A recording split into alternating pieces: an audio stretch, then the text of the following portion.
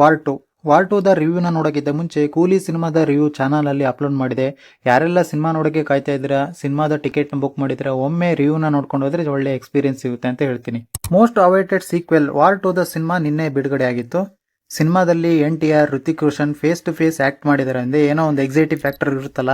YRF ನ spy universe ಇಂದ ಅಯ್ಯರ್ ಮುಖರ್ಜಿ ಅವರು ಈ ಸಿನಿಮಾನ ಡೈರೆಕ್ಟ್ ಮಾಡಿದ್ದಾರೆ. ಬನ್ನಿ ಈ ಸಿನಿಮಾದ ರಿವ್ಯೂ ನಲ್ಲಿ ಏನೆಲ್ಲ ಇಷ್ಟ ಆಯ್ತು, ಏನೆಲ್ಲ ಬೇಡ ಆಗಿತ್ತು ಅನ್ನೋದನ್ನ ನೋಡ್ಕೊಂಡ್ ಬರೋಣ. ಅದಕ್ಕಿಂತ ಮುಂಚೆ ಚಾನಲ್ಗೆ ಫಸ್ಟ್ ಟೈಮ್ ಬಂದಿರ್ತೀರಾ, ಲೈಕ್ ಕೊಟ್ಟು ಸಬ್ಸ್ಕ್ರೈಬ್ ಮಾಡಿ, ಸಪೋರ್ಟ್ ಮಾಡಿ. ಹಾಗೆ ಕೆಳಗಡೆ ಹೈಪ್ ಅನ್ನೋ ಬಟನ್ ಸಹ ಕೊಟ್ಟಿದ್ದಾರೆ, ಅದನ್ನ ಕ್ಲಿಕ್ ಮಾಡಿದ್ರೆ ವಿಡಿಯೋಗೆ ಇನ್ನೂ ಸ್ವಲ್ಪ ರೀಚ್ ಸಿಗುತ್ತೆ. ಒಂದು 800 ಲೈಕ್ ನ ಎಕ್ಸ್ಪೆಕ್ಟ್ ಮಾಡ್ತಾ ಇದ್ದೀನಿ, ನೋಡೋಣ ಏನ್ ಮಾಡ್ತೀರಾ ಅಂತ. ಹಾಯ್ ಎಲ್ರಿಗೂ ನಮಸ್ಕಾರ ಅಂಡ್ ವೆಲ್ಕಮ್ ಟು ಜಿಮ್ನಾಸ್ಟಿಕ್.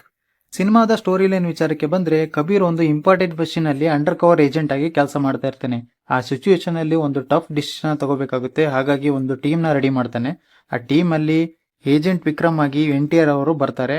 ಆ ಏಜೆಂಟ್ ವಿಕ್ರಮ್ ಏಜೆಂಟ್ ಕಬೀರ್ ನ ಹಿಡಿತಾರ. ಆಕ್ಚುಯಲ್ ಆಗಿ ಆ ಮಿಷನ್ ಏನು ಅನ್ನೋದನ್ನ ಸಿನಿಮಾ ನೋಡಿ ತಿಳ್ಕೊಬೇಕಾಗುತ್ತೆ. ಇನ್ನ ಪಾಸಿಟಿವ್ ವಿಚಾರಕ್ಕೆ ಬಂದ್ರೆ, ಇಬ್ರು ಪ್ಯಾನ್ ಇಂಡಿಯಾ ಸ್ಟಾರ್ ಬರುವಂತ ಸೀನ್ಸ್, ಆ ಸಿರೀನ್ ಪ್ರೆಸೆನ್ಸ್, ಡೈಲಾಗು, ಫೈಟ್ ಸೀನ್ಸ್ ತುಂಬಾನೇ ಚೆನ್ನಾಗಿ ಮಾಡಿದ್ದಾರೆ. ಮತ್ತೆ ಆ ಡೈಲಾಗ್ ಡೆಲಿವರಿ, ಫೇಶಿಯಲ್ ಎಕ್ಸ್ಪ್ರೆಷನ್ ತುಂಬಾನೇ ಚೆನ್ನಾಗಿದೆ. ಹಾಗೆ ಆ ಫಸ್ಟ್ ಹಾಫ್ ನಲ್ಲಿ ಜನಬೇಲಿ ಸಾಂಗ್ ಥಿಯೇಟರ್ ಅಲ್ಲಿ ಒಂದು ಒಳ್ಳೆ ಎಕ್ಸ್ಪೀರಿಯನ್ಸ್ ನ ಕೊಡುತ್ತೆ. ಆ ಸಾಂಗ್ ಅಲ್ಲಿ ಸ್ಟೆಪ್ಸ್, ಋತಿಕ್ ಅವರ ಡ್ಯಾನ್ಸ್ ನ ನೋಡ್ತಾ ಇದ್ರೆ ಥಿಯೇಟರ್ ಅಲ್ಲಿ ಧೂಳು ಎಪ್ಸಿದಾರೆ ಅಂತಾನೆ ಹೇಳ್ತೀನಿ. ಮತ್ತೆ ಕಿಯಾರಾ ಅವರ ಲುಕ್ಸ್ ತುಂಬಾನೇ ಸ್ಟನ್ ಆಗಿದೆ ಸಿನಿಮಾದಲ್ಲಿ. ಆ ಬಿಕಿನಿ ಸ್ಟೈಲ್ ಅಲ್ಲಿ ಎಂಟ್ರಿ ಸೀನ್ ಚೆನ್ನಾಗಿ ತೋರಿಸಿದ್ದಾರೆ ಸಿನಿಮಾದಲ್ಲಿ. ಮತ್ತೆ ಬೇರೆ ಒಬ್ಬ ಆಕ್ಟರ್ ಸಹ ಸಿನಿಮಾದಲ್ಲಿ ಚೆನ್ನಾಗಿ ಮಾಡಿದ್ದಾರೆ. ಮತ್ತೆ ಇನ್ನೊಂದು ಆಕ್ಚುಯಲ್ ಆಗಿ ಏನಪ್ಪಾ ಅಂತ ಅಂದ್ರೆ, ಒಂದು ಸ್ಪೆಷಲ್ ಕ್ಯಾರೆಕ್ಟರ್ ನ ಇಂಟ್ರೊಡ್ಯೂಸ್ ಮಾಡಿದ್ರೆ ಸಿನಿಮಾದಲ್ಲಿ. ಆ ಕ್ಯಾರೆಕ್ಟರ್ ನೋಡಿ ಶಾಕ್ ಆಯ್ತು ನನಗೆ. ಅದು ಯಾರಂತ ಸಿನಿಮಾ ನೋಡಿದ್ರೆ ಚೆನ್ನಾಗಿರುತ್ತೆ ಅಂತ ಹೇಳ್ತೀನಿ. ಫಸ್ಟ್ ಹಾಫ್ ಫೈನ್ ಆಗಿ ಚೆನ್ನಾಗೇನೆ ಇದೆ. ಆ ಇಂಟರ್ವಲ್ ಸೀನ್ಸ್, ಶಾರ್ಟ್ಸ್ ಎಲ್ಲ ಓಕೆ ಅನಿಸ್ತು. ಮತ್ತೆ ಸೆಕೆಂಡ್ ಹಾಫ್ ನ ಕ್ಯಾರೆಕ್ಟರ್ ನ ಡಿಫ್ರೆಂಟ್ ಆಗಿ ತೋರ್ಸೋದಕ್ಕೆ ಟ್ರೈ ಮಾಡಿದ್ರೆ. ಇನ್ನೊಂದು ಬಿಗ್ಗೆಸ್ಟ್ ಪಾಸಿಟಿವ್ ಏನಪ್ಪಾ ಅಂತಂದ್ರೆ BGM. ಆ ಹೀರೋನ ಇಂಟ್ರೊಡಕ್ಷನ್ BGM ಆಗಿರ್ಬೋದು, ಮತ್ತೆ NTR ಅವರ ಇಂಟ್ರೊಡಕ್ಷನ್ BGM ಆಗಿ ಒಂದು ಸೈತಾನ್ BGM ಬರುತ್ತೆ. ಅದಂತೂ ಒಂದು ಒಳ್ಳೆ ಎಕ್ಸ್ಪೀರಿಯನ್ಸ್ ಕೊಡುತ್ತೆ ಥಿಯೇಟರ್ ಅಲ್ಲಿ. ಸಿನಿಮಾದಲ್ಲಿ 2 ರಿಂದ 3 ಹಾಡಿದೆ. ಸಿನಿಮಾಟೋಗ್ರಫಿ ಮತ್ತೆ ಸ್ಕ್ರೀನ್ ಲೊಕೇಶನ್ ಸೆಟ್ಗಳು ಓಕೆ ಅನಿಸ್ತು. ಇದರ ಮೂವಿಯ ನೆಗೆಟಿವ್ ವಿಚಾರಕ್ಕೆ ಬಂದ್ರೆ, ಸ್ಟೋರಿಲಿ ಏನೂ ಇಲ್ಲ. ಒಂದು ಸಣ್ಣ ಕತೆಗೆ ಎಲಿವೇಶನ್ ಇಟ್ಟು ಸ್ಕ್ರೀನ್ ಪ್ಲೇ ನಲ್ಲಿ ಉಪ್ಪು ಹುಳಿ ಖಾರ ಹಾಕಿದ್ದಾರೆ ಅಂತಾನೆ ಹೇಳ್ತೀನಿ. ಒಂದು ಸಣ್ಣ ಕಾನ್ಸೆಪ್ಟ್ ನ ಇಟ್ಕೊಂಡು 2 ಕ್ಯಾರೆಕ್ಟರ್ ಮೇಲೆ ಎಲಿವೇಶನ್ ನ ಬಿಲ್ಡ್ ಮಾಡಿದ್ದಾರೆ. ಸೆಕೆಂಡ್ ಹಾಫ್ ನ ನೋಡ್ತಾ ಇದ್ದಂಗೆ ಇಲ್ಲಿ ಏನೋ ಮಿಸ್ ಹೋಗ್ತಾ ಇದೆ, ಏನೋ ಮಿಸ್ ಹೊಡಿತಾ ಇದೆ ಅನ್ಸೋದಕ್ಕೆ ಫೀಲ್ ಆಗುತ್ತೆ. ಸ್ಪೈ ಯೂನಿವರ್ಸ್ ತೋರಿಸಿರುವ ರೀತಿ, ಆ ಫೈಟ್ ಸೀನ್ ನೋಡ್ತಾ ಇದ್ರೆ ನಗು ಬರ್ತಾ ಹೋಗುತ್ತೆ.